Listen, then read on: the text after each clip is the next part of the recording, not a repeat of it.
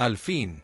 Después de años de arduo trabajo y esfuerzo, Ana, mi esposa, y yo logramos comprar la casa de nuestros sueños.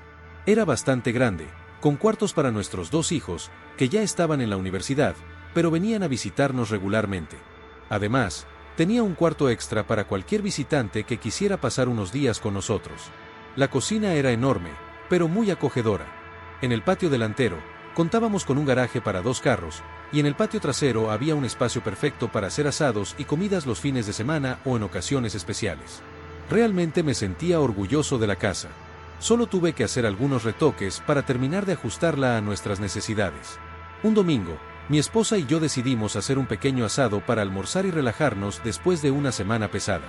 Mientras preparaba el fuego en nuestra parrilla, noté la presencia de una pareja junto a la cerca del patio de nuestros vecinos, a quienes aún no habíamos conocido.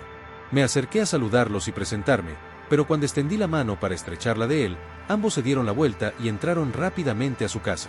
Sus rostros eran inexpresivos, sombríos, como si no tuvieran vida. Ana estaba dentro de la casa buscando algo para beber mientras cocinábamos la carne. Cuando regresó, le conté lo que había pasado. Ella me dijo que, durante la semana, había visto a la vecina en la puerta de su casa al llegar del trabajo. Le hizo un gesto con la mano, saludándola a la distancia, y quiso acercarse para presentarse, pero la vecina hizo lo mismo, se dio la vuelta y entró rápidamente a su casa. Ambos sentíamos curiosidad por saber más de nuestros vecinos, pero algo en ellos nos inquietaba. Pasaron los días y no los volvimos a ver.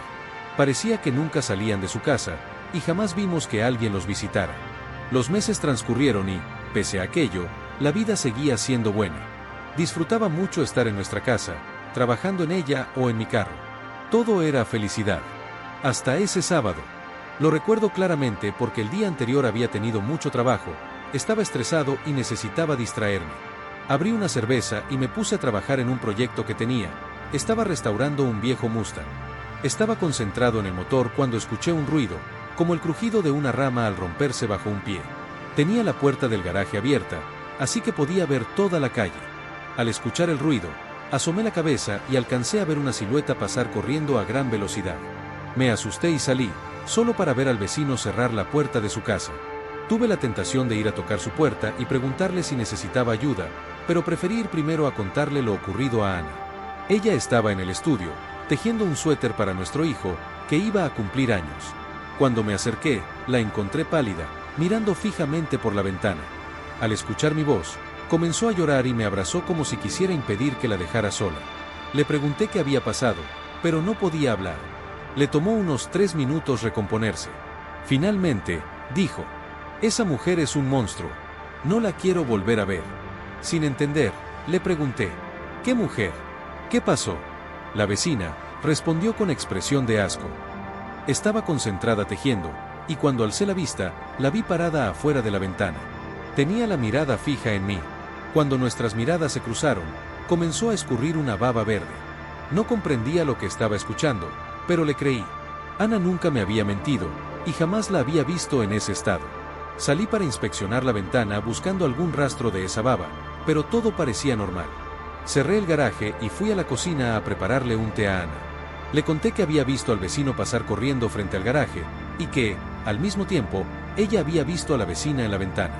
Después de discutirlo, decidimos instalar cámaras de seguridad en la casa, cambiar las cerraduras y asegurar todas las ventanas. 15 días después del incidente, me senté en el estudio para revisar lo que habían grabado las cámaras. Lo que vi me dejó perplejo. En las grabaciones, se veía a los vecinos acercándose a nuestra casa cada noche, lamiendo las paredes y las ventanas. Detuve el video y salí inmediatamente para inspeccionar las paredes y ventanas. Todo estaba limpio, sin rastro alguno de lo que acababa de ver en las grabaciones. Busqué por todos lados, pero todo parecía normal. Entonces recordé algo que me había dicho Carlos, un viejo amigo policía: no todo se ve a simple vista, a veces es necesario usar lámparas de luz ultravioleta para descubrir lo que no puede percibir el ojo humano. Sin perder tiempo, busqué las llaves del carro y salí a toda velocidad a comprar una lámpara de luz ultravioleta. Cuando regresé, la conecté y la encendí. Quedé horrorizado. Las paredes de la casa, las ventanas, el piso e incluso algunas plantas del jardín mostraban rastros de esa baba verde que Ana había descrito. En ese momento entré en pánico. Corrí al estudio y revisé las grabaciones con más detalle, buscando algún indicio de que los vecinos hubieran intentado entrar a la casa. Afortunadamente, parecía que solo habían dejado esa baba en el exterior, pero no lograba entender por qué lo hacían. ¿Qué significaba? ¿Para qué era? Decidí llamar a Carlos. Le pedí ayuda para conseguir un arma y los permisos correspondientes.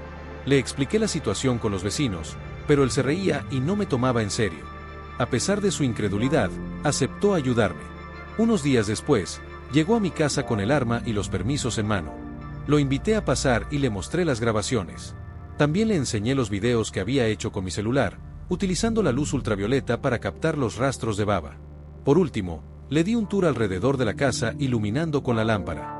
Carlos no podía creer lo que veía. Le pregunté si podíamos hacer algo legal, como demandar o pedir una orden de alejamiento, pero me explicó que no teníamos pruebas de daños o peligro inminente que un juez pudiera considerar válidas. Finalmente, decidí enfrentarme a los vecinos. Le pedí a Carlos que me acompañara. Llevé la pistola, pero la mantuve oculta. Golpeamos la puerta varias veces y tocamos el timbre insistentemente, pero no hubo respuesta. Dimos una vuelta alrededor de la casa, tratando de mirar por las ventanas. Todo estaba oscuro y los muebles parecían cubiertos de polvo, como si la casa estuviera abandonada. Frustrado, iluminé las paredes de su casa con la lámpara ultravioleta. Lo que vimos nos dejó sin palabras. No solo había rastros de baba verde, sino también símbolos extraños escritos por todas las paredes y ventanas. Tomamos fotos y regresamos a mi casa. Necesitaba algo más fuerte para tranquilizarme, así que Carlos y yo nos tomamos un par de whiskies. Antes de irse, Carlos me dijo que conocía a alguien que podría ayudarnos con este problema. Esa noche, cuando estábamos a punto de acostarnos, escuchamos golpes fuertes en la puerta principal, como si intentaran derribarla. Por suerte, la había asegurado. Tomé la pistola y corrí hacia la puerta. Revisé la cámara de la mirilla, pero no había nadie. Miré por la ventana y tampoco vi nada. Los golpes cesaron, pero de inmediato comenzaron en la puerta trasera. Corrí hacia allí, pero el resultado fue el mismo, no había nadie. Ana, que estaba detrás de mí todo el tiempo, no paraba de llorar. Subimos a nuestra habitación y encontramos algo que nos heló la sangre. En el espejo del baño, alguien había escrito los mismos símbolos que vimos en la casa de los vecinos. Debajo de ellos, un mensaje decía: no debiste buscarnos. Esa noche no pudimos dormir. Ana no dejaba de llorar y temblar. Coloqué la pistola debajo de la almohada y permanecí alerta, intercalando mi mirada entre la puerta y la ventana.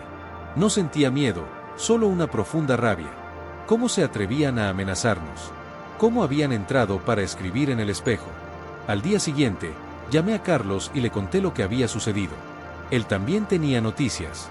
Los símbolos pertenecían a una secta que había aterrorizado a un pueblo en los años 60. Se creía que la secta había sido eliminada, pero no había mucha información al respecto. Según los registros, los miembros aparecieron de repente en el pueblo, desaparecieron a muchas personas y, de un día para otro, nadie volvió a saber de ellos. La sangre me hervía de impotencia. Llevé a Ana a casa de su hermana y le pedí que se quedara allí hasta que resolviera el asunto. Regresé a nuestra casa, cogí la pistola y un bate, y me dirigí a la casa de los vecinos. Golpeé la puerta principal y luego la trasera, pero no hubo respuesta. Abrí la puerta trasera de una patada y entré. La casa estaba llena de polvo, realmente parecía abandonada. Recorrí cada habitación, inspeccionando cada rincón. No encontré nada. Volví a mi casa frustrado. Esa noche, Carlos vino a quedarse conmigo.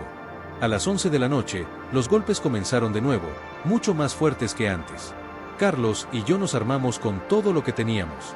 La pistola estaba cargada, y él llevaba un cuchillo de caza.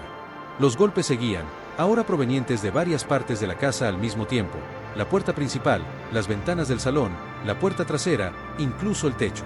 Parecía que todo se estaba cerrando sobre nosotros.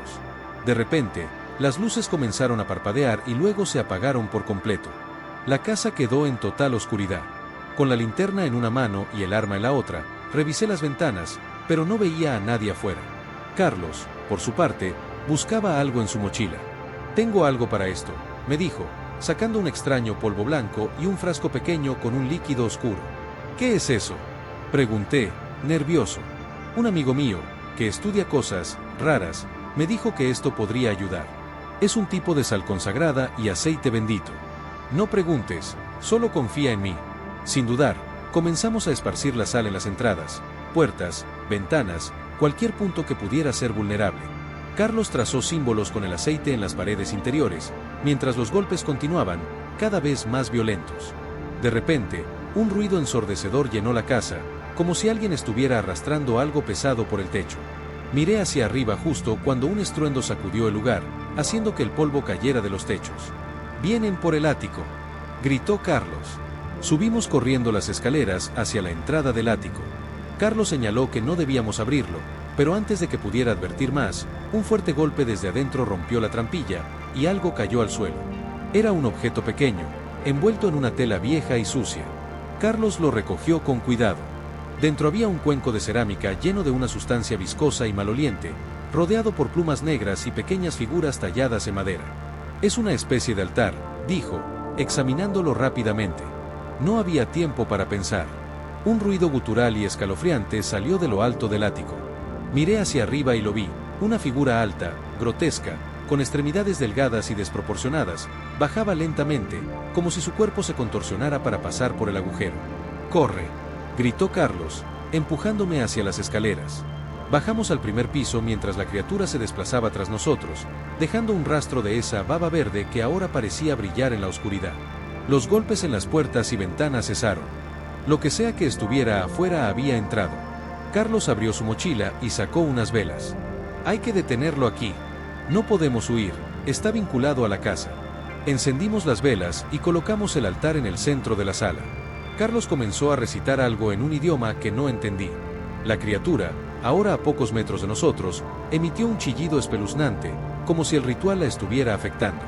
«Manténla lejos», gritó Carlos mientras continuaba recitando. Le disparé 2 veces. Las balas no parecían dañarla, pero sí la ralentizaron. La criatura se movía como si estuviera nadando en el aire, intentando alcanzar el altar. Carlos terminó el ritual con un grito, y en ese instante, la criatura se detuvo. La baba verde comenzó a evaporarse, llenando la habitación con un olor nauseabundo. Finalmente, la figura se desintegró en el aire, dejando solo un leve susurro que decía: «No es el final». Carlos y yo salimos de la casa al amanecer, agotados pero vivos. Llamamos a Ana y le expliqué que todo había terminado, aunque no estaba seguro de si era verdad. Carlos me aseguró que había sellado la casa con el ritual, pero también me advirtió que algo de esa energía podía permanecer. Vendí la casa unas semanas después. Ana y yo nos mudamos a un lugar lejos de allí.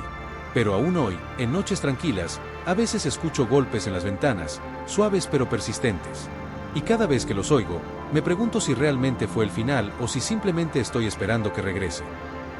Por favor, danos un like si disfrutaste de este video y no olvides compartirlo con cualquier persona que pienses que podría encontrar este tema fascinante.